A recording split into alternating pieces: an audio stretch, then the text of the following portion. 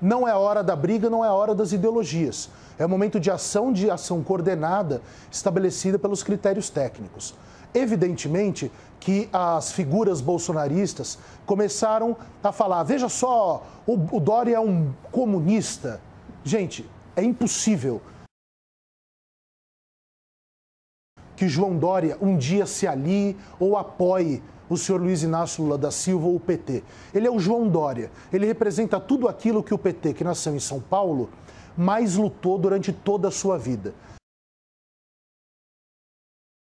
Então é muito complicado nós termos esse tipo de diálogo, esse tipo de argumento, no momento que o presidente da República, e o presidente da República é defendido pelos seus eleitores, e principalmente pelos seus entusiastas, mais até do que eleitores. Governo sério, governo honesto, governo que faz pro rico, faz pros pobres, moro? É o Bolsonaro. Então, me parece sim um fato relevante, mas parece um fato relevante na questão do armistício. Não que João Dória, o grande empresário paulista, o símbolo de um certo conservadorismo, vá um dia se aliar com Lula. E isso beira o ridículo. Agora, os argumentos iniciais da Renata, por favor, a mesma pergunta. O que significa, neste momento, essa troca de mensagens entre Lula e Dória nas redes sociais? Bom dia, Gotino. Bom dia, Thiago.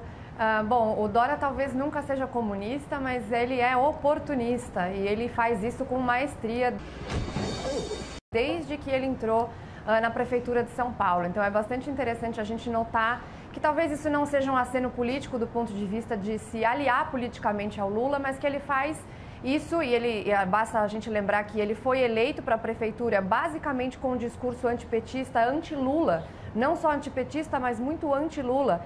E agora falar de que são apenas discordâncias ou pequenas discordâncias para endossar, de uma certa maneira, o tweet do ex-presidente Lula, condenado, né, que só está solto por conta de uma decisão do STF que mudou seu entendimento de 2016 a respeito de prisão em segunda instância. E o pior de tudo, na minha opinião, é você ainda endossar, quando o ex-presidente Lula fala sobre endossar uma invasão de propriedade privada e confisco. Então a gente está vendo uma situação acontecer, tudo bem, a gente está numa situação grave de pandemia, mas propriedade privada é sagrada, confisco é uma coisa absolutamente surreal, que não pode acontecer e muito menos ser endossada. Então quando o governador de São Paulo, João Dória, faz esse pequeno aceno, por mais que não seja necessariamente nesse momento uma aliança política, ele está simplesmente tentando se colocar acima dessas questões políticas, que é impossível, e se tornar oportunista. Mas eu acho que esse vai ser um tiro no pé, eu acho que ele está cometendo suicídio político. Basicamente porque as pessoas que votaram nele contra o PT na prefeitura e contra o Márcio França no governo de São Paulo não vão esquecer esse aceno ao petista Lula. Eu acho que a questão política, obviamente, ela deve ser minimizada em tempos de pandemia, mas a gente não pode esquecer que o Lula continua sendo um dos responsáveis pelo grande esquema de corrupção megalomaníaco que nós descobrimos através da Lava Jato, que é um bandido condenado, chefe de quadrilha, como já foi dito pela Justiça. E o Dória fazer esse tipo de aceno, ainda com essa questão de confisco e invasão de propriedade privada, é absolutamente surreal. Tiago? Eu acho interessante, principalmente quando nós levamos de novo a questão para a Lava Jato. Obviamente que a Lava Jato foi uma operação importante, mas ela ainda está sob júdice. Eu acho interessante, principalmente quando se fala, olha, o judiciário disse que o Lula é o bandido. Aceitamos a palavra do judiciário. Se anularem a condenação do Lula, então o Lula é inocente. Eu não acredito no que eu ouvi. Não acredito no que eu ouvi, não pode ser verdade isso que eu escutei agora. É isso que significa isso. Esse tipo de argumento que me traz problemas, principalmente quando se fala em oportunismo, apenas dentro da ideia, na esfera da discussão eleitoral, da discussão política. Eu mesmo teria problemas, por quê? Porque eu atuei na Lava Jato e não foi na defesa, muito bem na defesa de algumas pessoas. Mas a Lava Jato numa operação simples. Exemplo, o maior combate à corrupção, não tem mais quase ninguém preso. E ela começou em 2014. significou a Lava Jato? O que significou a atuação do ministro Sérgio Moro? É um debate longo que a história vai nos dizer, mas não é tão tranquilo.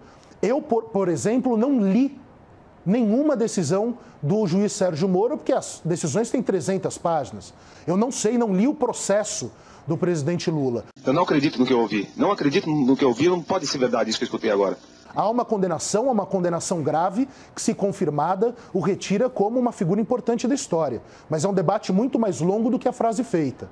Nós temos uma situação grave, sim, no país. Nós estamos beirando aquilo que o professor Miguel Reale Júnior falou da necessidade de uma análise psiquiátrica do presidente da República. Miguel Reale, que fez o afastamento de Dilma, que é o assinante do impeachment, junto com a deputada Janaína Pascoal.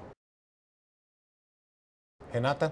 Eu acho que a questão aqui não é discutir a Lava Jato, mas a discussão em relação ao que o Lula fez e as provas que ele tem são irrefutáveis, inclusive confirmadas pelos tribunais superiores. Então, para mim, isso é ponto pacífico, não é nem uma questão de discussão. Mas a discussão aqui não é sobre isso exatamente, mas sobre o oportunismo político do João Dória. E a maneira como ele acena para o ex-presidente Lula, eu acho muito engraçado que quando a gente fala de apenas diferenças políticas, são coisas num campo muito filosófico que não envolvem, por exemplo, envolvimento em corrupção. Ninguém se alia nesse momento ao Fernandinho Beiramar, ao Marcola, ao goleiro Bruno ou qualquer outro tipo de bandido que apareça por aí dizendo que está preocupado com a população. E o Lula falar que está preocupado com a população é um absoluto escárnio depois de tudo que ele já fez, e não estou falando só de corrupção, mas de má gestão. E até o fato da gestão petista ter deixado o Brasil na situação que ficou é um motivo de escárnio. Então, o João Dória fazer esse aceno a ele, no meu entendimento, é cometer suicídio político. Acho que as pessoas não vão esquecer disso. Acho que a esquerda jamais vai observar o João Dória como alguém que esteja dentro daquele espectro político, ou seja, ele não vai ganhar os votos dessas pessoas e ele vai perder os votos das pessoas que votaram nele anteriormente, ou porque acreditavam que ele poderia fazer uma boa gestão pelo fato de ser empresário, etc., o que a gente já viu que não é realidade, ou porque era contra o PT no caso da prefeitura ou contra o Márcio França no governo de São Paulo. Então, a questão para mim aqui é muito simples. Esse aceno, eu não sei o objetivo do João Dória, não vou fazer esse tipo de conjectura, mas foi um suicídio político, na minha opinião, Gotino. Agora, em meio à pandemia, as peças do xadrez político estão se mexendo. Vocês acreditam que a campanha para 2022 já começou em meio a esse caos? Com certeza. Eu acho que isso já antes desse caos. As campanhas sempre estão aí, né? Nunca se deixa de fazer campanha. A gente tem falado e batido nessa tecla constantemente que de político faz política. Então, isso também é muito complexo de observar, porque às vezes a gente está falando, essa pessoa está preocupada com o Brasil, está preocupada com a situação da saúde ou a situação da economia. E muitas das vezes, esses acenos políticos, os discursos, a gente vê isso em várias esferas, no legislativo, no executivo, em vários lugares, que é pensando sempre numa campanha. Até por isso que pessoas liberais como eu sempre falam que a questão não é tão sobre os políticos, porque os políticos não deixam de ser nossos funcionários. Então, a gente colocar o político em qualquer tipo de pedestal ou achar que tudo que ele faz está correto, seja em qualquer esfera, é completamente errado, porque a gente tem que observar o que ele faz de fato para a população e não para si próprio. Tiago? Interessante como existe a crítica fundamental, a crítica que é absolutamente contumaz, a crítica que é ferrenha contra um aceno, que é um aceno simplesmente de armistício. O presidente Bolsonaro já perdeu seus mais importantes apoiadores, perdeu o Rio de Janeiro, perdeu São Paulo. Não, nada a ver, irmão.